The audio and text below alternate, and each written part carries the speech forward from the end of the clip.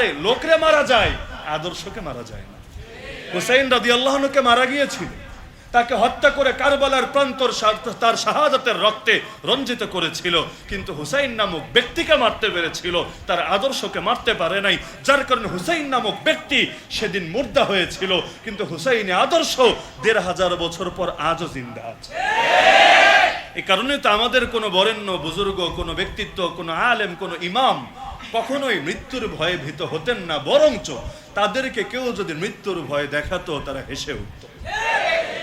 একটা প্রবাদই প্রচলিত আছে, তুমি কোনো মুজাহিদকে হাসাতে চাইলে তাকে মৃত্যুর ভয় দেখাও, আর কোনো কথায় হাসুক বা না হাসুক এই কথায় সে হাসবে। না হলে দেখেন সৈয়দ কুতুব শহীদ হয়েছে, তার আদর্শ কি মারা গিয়েছে? হাসান আল বান্না শহীদ হয়েছে, তার আদর্শ কি দুনিয়া থেকে হারিয়ে গিয়েছে? এভাবে একজন একজন করে দুনিয়ার সকল ব্যক্তিত্বের নাম আনেন, তারা চলে গিয়েছে, আদর্শ মরে নাই, বরঞ্চ যেই আদর্শ রক্ত সিঞ্চিত হয়েছে সেই আদর্শ একদিন না একদিন পৃথিবীর বুকে জিন্দা হয়েছেই হয়েছে।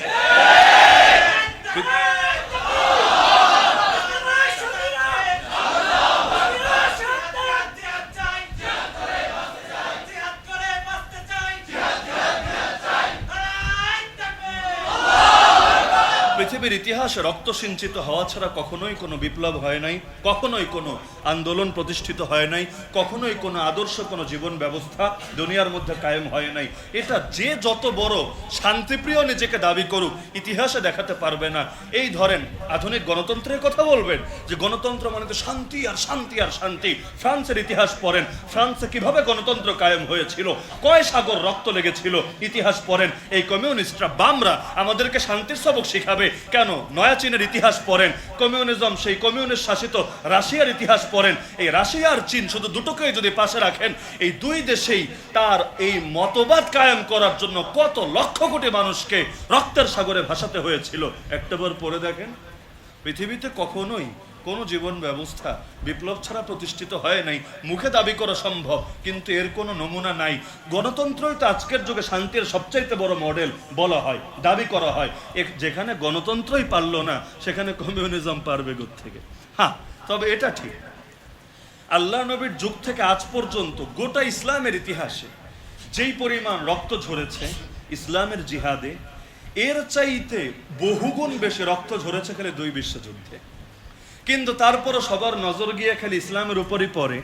আর এই বিশ্বযুদ্ধগুলো যে হলো, এই যে এখনকার আমেরিকা সারা দুনিয়ার সভ্যতা শেখায়, কিন্তু আমেরিকার মূল নাগরিক যারা ছিল সেই লোকদেরকে এরা কিভাবে হত্যা করেছিল? তাদেরকে ফ্রি কম্বল দিয়েছিল, ব্ল্যাঙ্কেট, সেই কম্বলের মধ্যে আবার গুটি বসন্তের উপাদান, ভাইরাস মিশিয়ে দিয়েছিল, এলাকাগুলোকে সাফ করে সেখানে নিজেদের রাজত্ব কায়েম করলো। এখন তারাই আমাদেরকে সবক শেখায় আর ইসলামের ভুল ধরার জন্য উঠে পড়ে লাগে। তো এখন যেটা বলছিলাম, যে যেই শ্রেণীর মানুষ বাস্তবে পরিচয় দেয় মুসলমান কিন্তু দিল থেকে মুসলমান না, এই শ্রেণী আপনি লিখে রাখেন, যতদিন ইসলাম কায়েম না হবে এই শ্রেণীর লোকের সংখ্যা বাড়বে আর বাড়বে। ব্রিটিশরা তাদের যুগে এই মিশন নিয়ে নেমেছিল যে তোমরা এখানে এমন এমন লোকদেরকে তৈরি করো যারা দেখতে শুনতে হবে ভারতীয়, তখন তো আর দেশ আলাদা হয় নাই, দেখতে শুনতে হবে ইন্ডিয়ান, কিন্তু কালচারে, মননে, আদর্শে তারা প্রত্যেকে হবে ব্রিটিশ। এবং বাস্তবে এক্ষেত্রে তারা সফল। তারা চলে গিয়েছে সেই 47-এ, আজ 2023, এতকাল পর্যন্ত তারা নাই ঠিক আছে, কিন্তু তাদের সবগুলো আদর্শকে এখনকার লোকেরাই জিন্দা রাখে আর এগুলোকে ইসলামের চাইতেও মহৎ বলে প্রচার করে।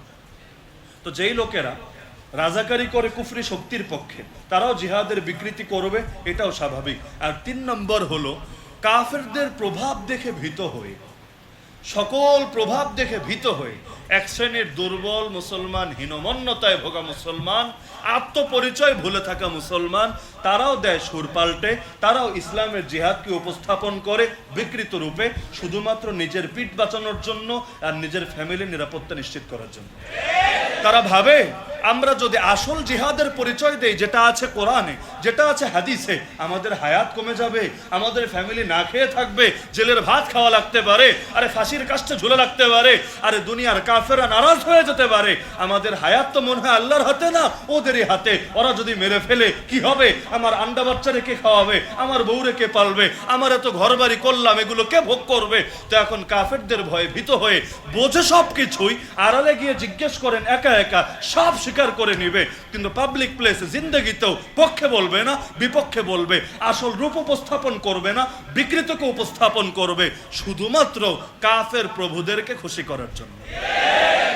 একদল তো এমন থাকে যে আল্লাহ খুশি থাক আর শয়তানও বেজান না হোক, ওটাও তো তাও এটার তুলনায় মন্দের ভালো, কিন্তু এটা ডাইরেক্ট কাফেরদের খুশি করার মিশন নিয়ে নেমেছে, পারে না শুধু বলতে, কিন্তু বাস্তবে ইসলামের গোড়ায় কুঠারাঘাত করছে।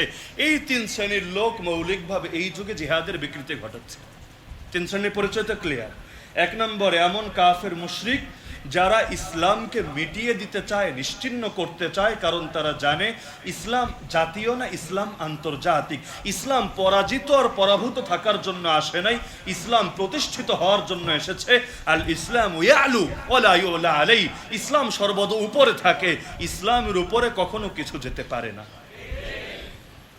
ব্যবস্থা হিসাবে রাখেন, আবু সুফিয়ান মুসলমান হওয়ার আগের কথা, নবী মক্কায় অ্যাটাক করার জন্য যাচ্ছিলেন, পরের দিন মক্কায় অ্যাটাক করবেন, রাতটা কাটানোর জন্য এক জায়গায় তিনি যাত্রা বিরতি দিলেন।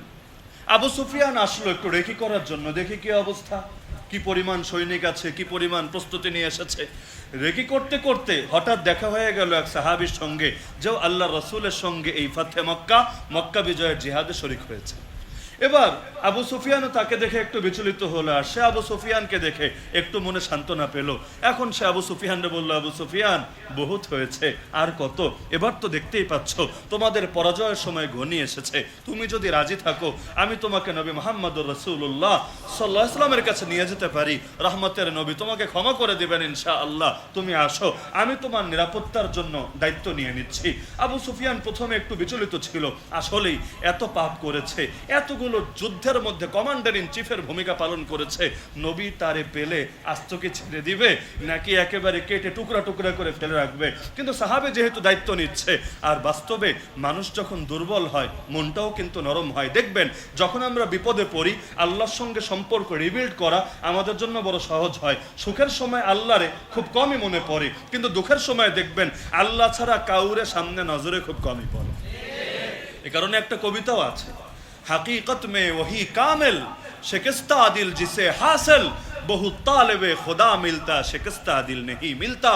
আর প্রকৃত পক্ষে সেই তো কামেল, সেই তো পূর্ণাঙ্গ যে একটা ভগ্ন হৃদয় অর্জন করতে পেরেছে।